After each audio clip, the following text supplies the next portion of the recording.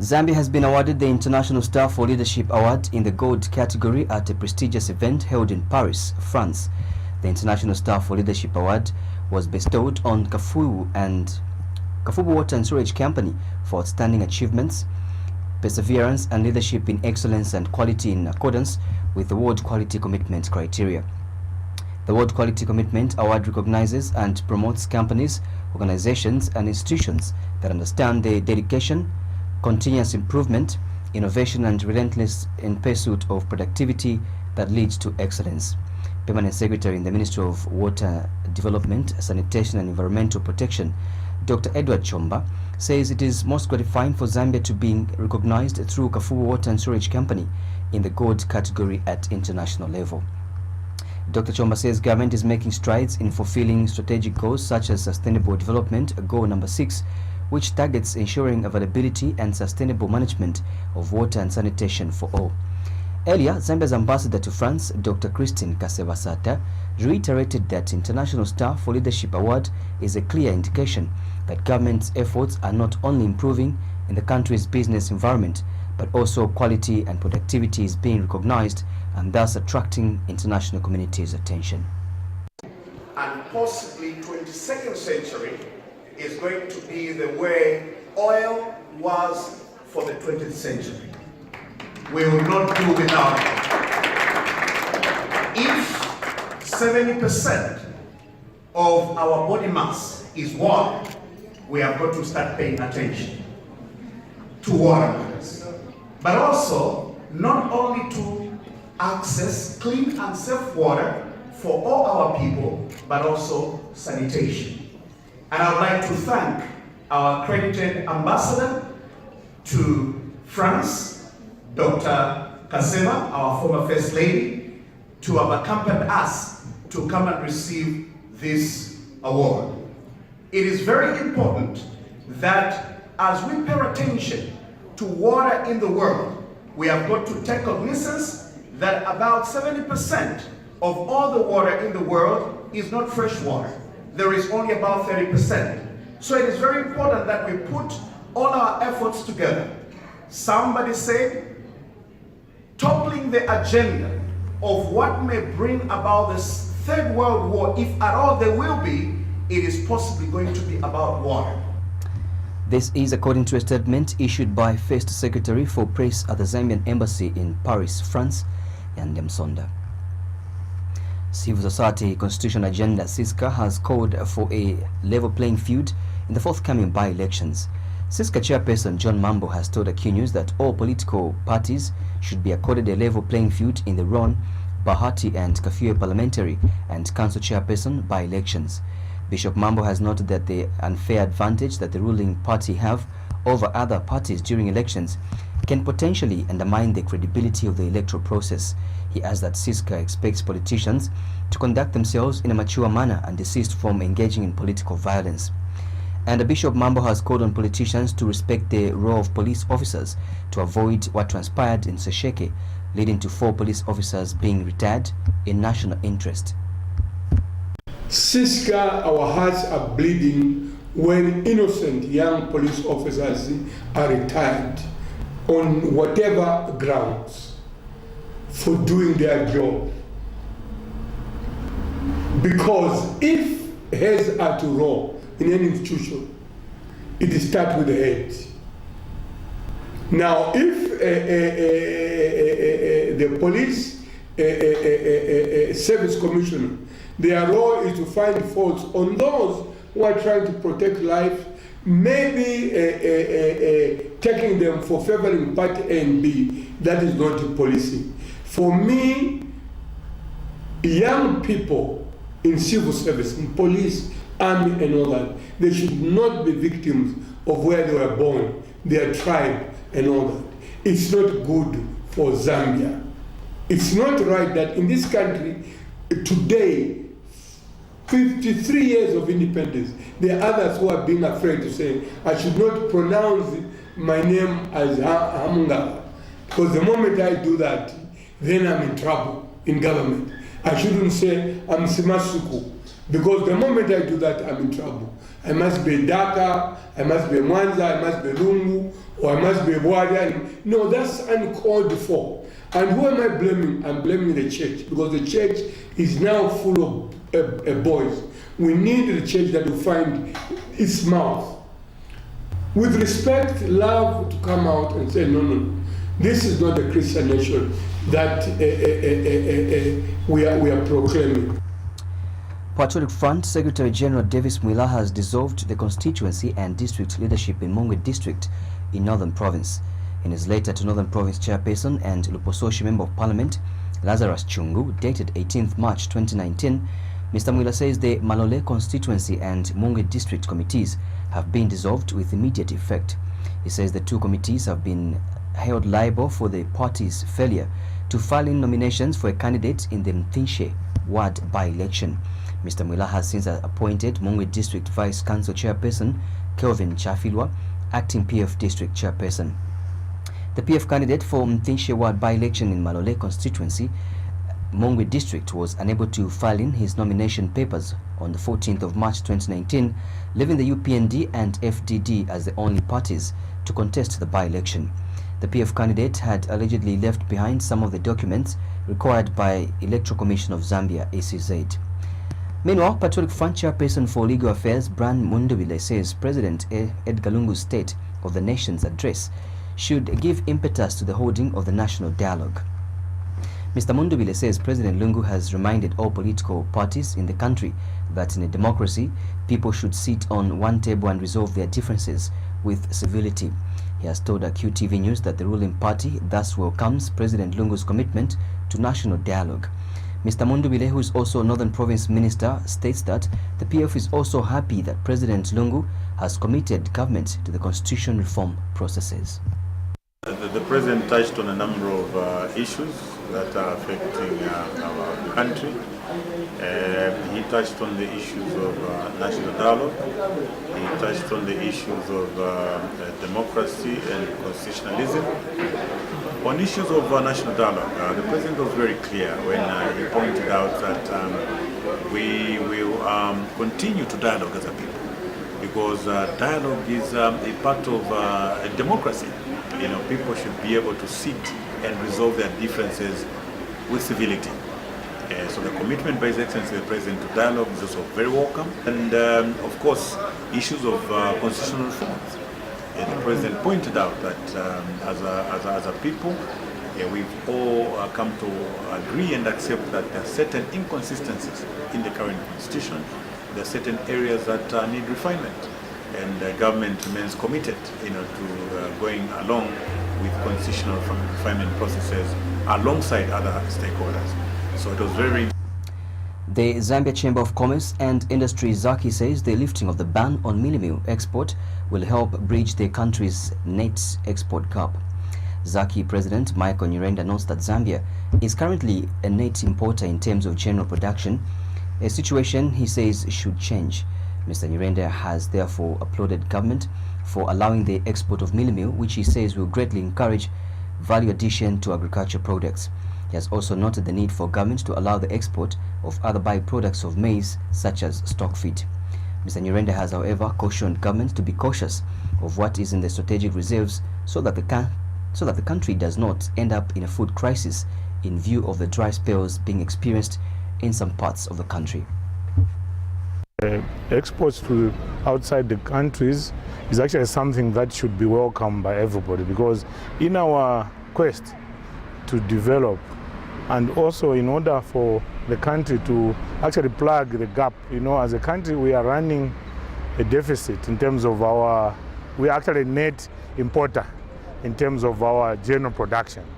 So if we were to actually plug that gap or reduce the gap, we need to be looking at what we need to export outside the country compared to what we're importing in the country. So that should be the premise on which we should be looking at all what we're able to produce and sell. I know there's been talk also about our strategic reserves.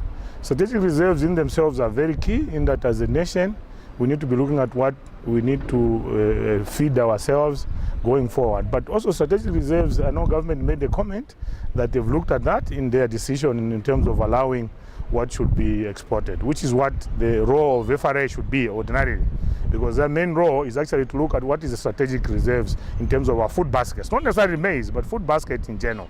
So we believe that for them to actually advise government and the minister in particular to lift the ban on minimum is that they would have taken care of that. So our understanding is that if those two fundamentals have been done, we can only but encourage export, especially that we're talking about value addition, not just maize, but mealie meal. So we'll be looking, in fact for us, we'll probably be looking at more. Maybe we should be looking at other value addition apart from mealie meal. What else can we export?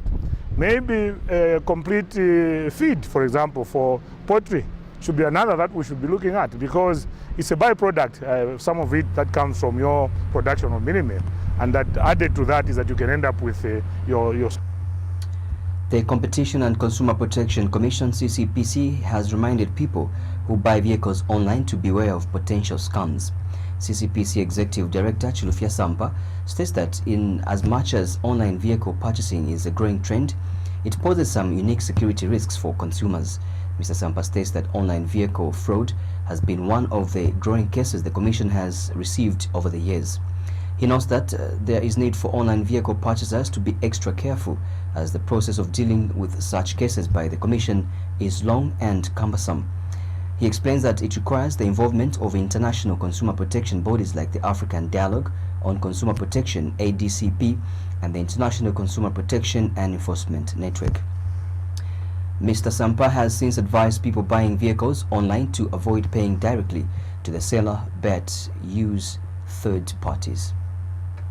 It is important that Zambia joined the International Consumer Protection Enforcement Agency, which is a network of consumer protection authorities, and CCPC currently, as you know, is the president of the particular ISPEN network. And it's through this network that we collaborate with our sister authorities in different countries to deal with some of these cases. So we have received a number of them, especially motor vehicles, people who buy second-hand motor vehicles from Japan. We've had situations where a vehicle is bought and then maybe it doesn't come, the way it is advertised is not the same way as it comes. We have a recent Supreme Court judgment on Tokyo cars. This again was on a tractor which was bought from the UK, and when it came it was a dilapidated tractor, and when we made a ruling, the company did go to the tribunal, and it went all the way up to the Supreme Court. But the Supreme Court ruled in our favor. So we would need to work in collaboration with the other authorities. If a company... Government has been called upon to take a leading role in championing the cause of buying locally produced products. Maize campaign founder Evans Ngoma says government should not be seen to be buying imported products at the expense of local brands. Mr. Ngoma has cited tea and coffee as some of the products which his organization expects government to source from local producers. He has told QTV News that Maize prefers that government makes its policy that the tea and coffee consumed in all government ministries and departments should be local brands. Meanwhile, Mr. Ngoma says his organization has now been patented and its logo, which will soon float to local manufacturers for possible placement on their products.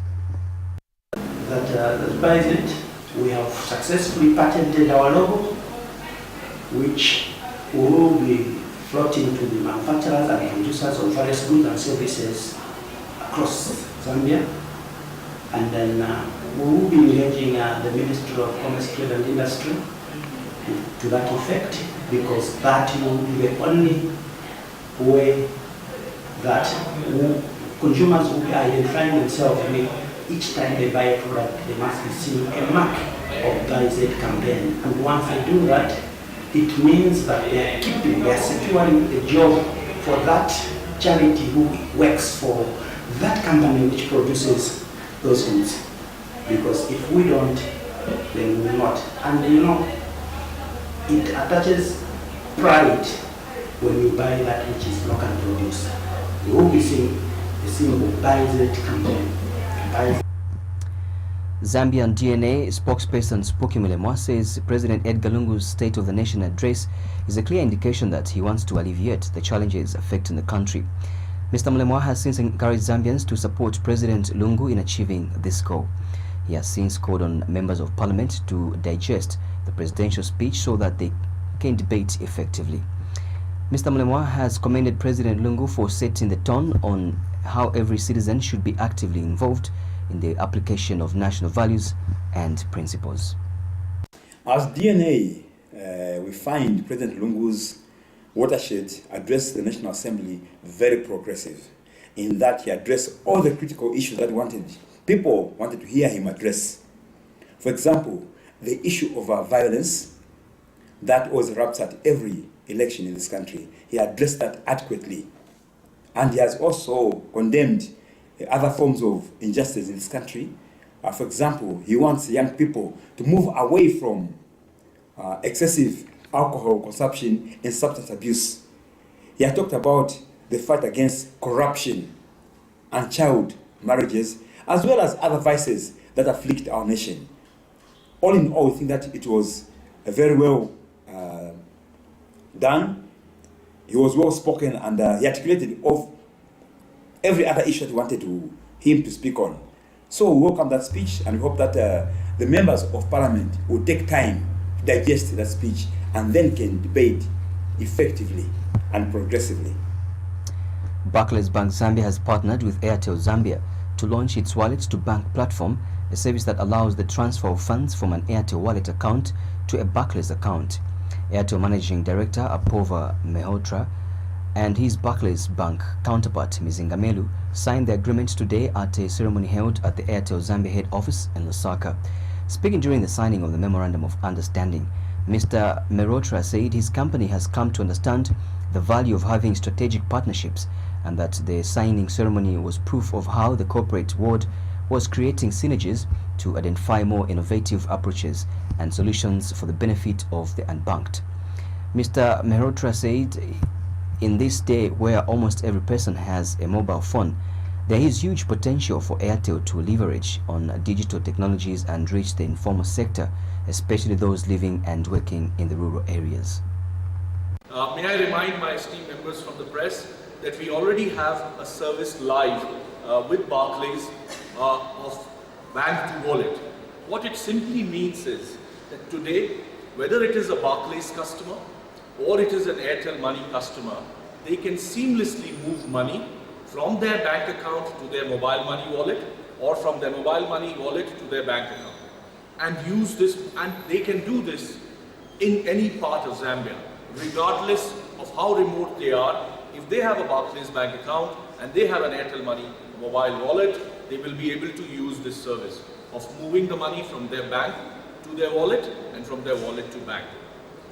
There will be a small charge, convenience fee to the customers for being able to access this service, but all of you will appreciate that given the geographical expanse of our country, this small charge is way below any individual would have had to spend on transportation to be able to visit a branch or a mobile money kiosk.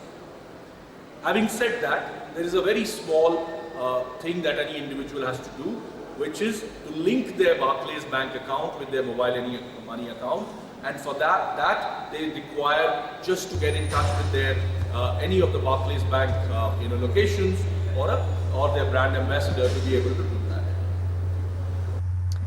And Barclays Bank Zambia Managing Director Mzingamelu says their partnership with Airtel amplifies the bank's commitment to be a digitally led organization focused on accelerating financial inclusion. Ms. Melu says the partnership with Airtel will enable the bank reach more people, particularly the unbanked where they have no presence. She adds that the partnership is meant to supplement government's efforts as prescribed in the 2017 to 2022 National Financial Inclusion Strategy to improve physical access to high-quality financial delivery channels, which include bank branches, agents, ATMs and mobile phones, as the percentage of adults using an electronic payment instrument is expected to grow from 37 to 55% by 2022.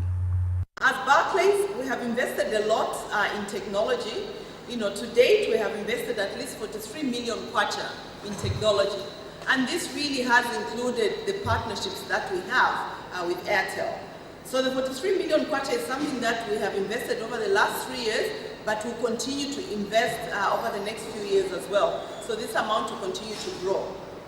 But may I also say, as we are changing our brand from Barclays to Absa, this is a journey that we have been talking about for the last few months.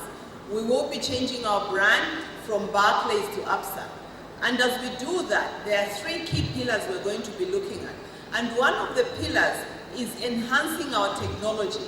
It's to be a digitally led bank where we are bringing digital to our customers, where we are making it easy for our customers to do business. And for us, what we are doing today, this partnership with Airtel, is just in line with the strategy of being a digitally led bank. We are leading the way in the market in the number of solutions that we are providing. Using our app that we have with Airtel, you are able to pay your bills, whether it's with Zesco, whether it's with DSTV. You're just able to do a lot just from the comfort of your wallet, as we have already said. So the change of the brand from Barclays to Absa is just allowing us to bring those possibilities to life for our customers.